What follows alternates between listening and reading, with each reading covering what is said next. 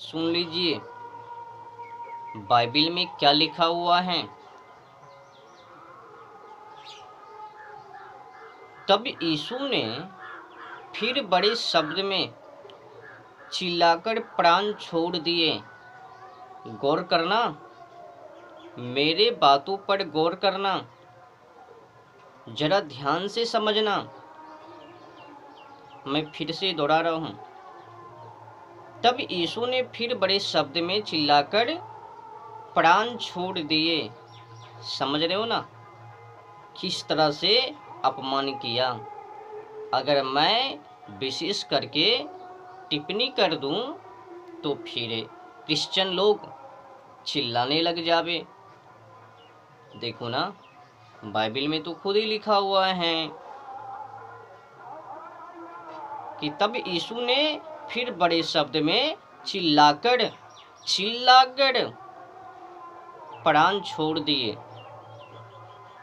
देखो भाई, खुद ही अपमान कर रहे हैं। मेरे को क्या जाता, मैं तो बस यही सफाई करने के पीछे लगा रहता हूँ। साफ हो जावे तो भलाई होवे। तो तब यीशु ने फिर बड़े शब्द में चिल्लाकर प्राण छोड़ दिए और देखो, मंदिर का पर्दा ऊपर से नीचे तक फटकर दो टुकड़े हो गया और धरती डोल गई और चट्टानें तरक गई और कब्रें खुल गई और सोए हुए पवित्र लोगों की बहुत लोथे जी उठे। अब समझ लो, इस तरह से बातें बाइबिल में लिखना,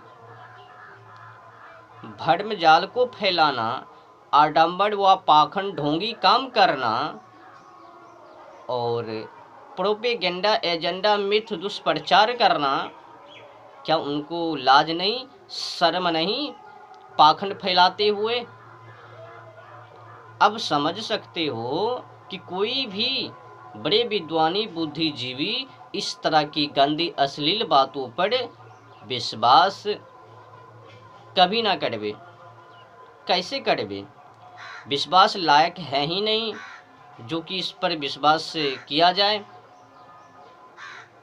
भाई साहब, इसे स्पष्ट है कि ये ईश्वर कृत या फिर बड़े विद्वान कृत ये बाइबिल नहीं है। ऐसा दुस्साहस कोई जंगली मानव ही कर सकता है, विद्वानी मानव नहीं। ईश्वर की तो बात छोड़ ही दो। नहीं तो ये जो लिखा हुआ है ना, तब यीशु ने फिर बड़े शब्दों में चिल्लाकर प्राण छोड़ दिए। फिर जो आगे लिखता है, और देखो, मंदिर का पर्दा ऊपर से नीचे तक फटकर दो टुकड़े हो गया और धरती डोल गई और चट्टानें तरक गई और कब्रें खुल गई। भाई साहब, क्या कब्र में फाटक होवे का जो कि खुल गई? ना बाबा ना। हमें तो ऐसा लगता है कि जंगली मानव ने ऐसा दुस्साहस कालाकृत काम करके अपने आप को श्रेष्ठ दिखलाने के चक्कर में उनके मनों में जो भी आवे वही लिख दिया। और एक मिलकर नहीं, अनेकों मिलकर ये बाइबिल में घुसपैठी की है। ये मिलता जुलता नहीं है, इधर तो कुछ उधर कुछ, उधर जाके कुछ हो जाता है। भाई साहब, मैं उनको नहीं, मैं बाइबिल के अंदर जो लिखावट है ना उन पर टिप्पणी कर रहा हूँ। गंदगी से भरा हुआ है ना, अंधविश्वासी से, तभी तो वही लोग स्टेज पर चढ़कर हिलू हिलू हिलू हिलू कर करके छुआ और घुलट गया। यही तो आडंबर है, ठगने के लिए, लोगों को उल्लू बनाने के लिए मरे हुए लाजर को कब्र से बाहर कर दिया। मरे हुए लाजर कब्र से जी उठा, कोढ़ी शुद्ध किए जाते हैं, लंगड़े चलते फिरते हैं, बहरे सुनते हैं, गूंगे बोलते हैं। इस तरह की अंधविश्वासी भ्रमजाल को बाइबल के अंदर दे दिया, ताकि बाइबल के माध्यम से मैं भी अंधविश्वासी को आसानी से फैला सकूं। अगर कोई पूछे तो मैं कह दूंगा कि देखो बाइबल के अंदर है, उसने भी यही काम किया, यीशु ने भी पाप को ढोने का काम किया। तुम्हारा पाप यीशु ने अपने सिर पर धर लेकर फुर्र, बोलने में आसान, ये जानबूझकर साजिश व षड्यंत्र ये बड़े पोप जी ने, पास्टर जी ने रची है। ये यीशु का कोई कृत्य नहीं है, यीशु ने ऐसा वैसा कुछ भी गलती नहीं की। ये बड़े पोप जी ने, पाखंडियों ने दुस्साहस कर दिया। भाई हो सकता है यीशु बड़े विद्वान होवे, पर ये जो लिखने का काम करता है ना, अपने आप का प्रचार करने के चक्कर में कुछ भी लिख देता है, बड़ाई सम्मान कट करके, ताकि मेरा वर्चस्व होवे और उनकी सम्मान घटवे। ये तो स्पष्ट है कि कोई भी बड़े विद्वान बुद्धिजीवी किताब को अध्ययन करवे तो उनमें टू में तो पता चल ही जावे कि कहाँ कहाँ पर घुसपैठी की है। ईश्वर का वचन उसमें कहीं पर भी टूटी फूटी ना होवे, जो कि इसमें अनेक टूटी फूटी हैं। उनको तो पक्षपाती और निष्पाती से जोड़ दिया, तो भगवान लायक है ही कहाँ। भगवान लायक होने के लिए पक्षपाती और निष्पाती से तो दूर करना चाहिए, जो कि इसमें नहीं है। इसीलिए स्पष्ट है कि वो भी ईश्वर से बाहर हो। कुल मिलाकर पहले अपमान कर दिया, फिर सम्मान करने की बातें कह रहा है। पहले अपमान फिर सम्मान, जैसे कि यहाँ देखा दिया ना कि यीशु ने बड़े शब्द में चिल्लाकर प्राण छोड़ दिए। फिर आगे की पेज नंबर में लिखता है 3 दिनों में जी उठा, वापस आ लिया। मार भी देता है फिर जिला भी देता है। आडंबर फैलाने में अति हैं ये लोग, क्या करूं। सच बोलने पर अब देखना अनेक टिप्पणी आवे कि देखो देखो तुमने तो गलत टिप्पणी कर दी है, ऐसा वैसा कुछ भी नहीं, और यीशु तो पाप गेठड़ी बांध स्वर्ग ले गए। अरे भाई अगर ऐसा वैसा है तो मतलब क्या, अब तुम जो भी पाप करवे उनका दंड ना होवे। जब दंड ना होवे तो ये सजा नाम का चीज क्यों।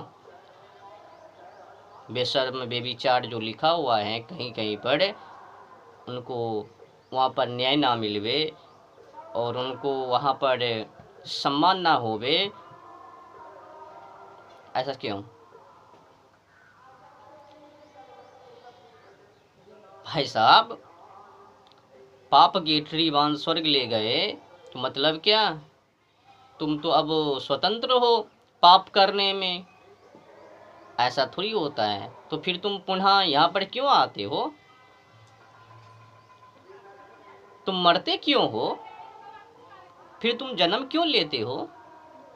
सवाल करो ना अपने आप से।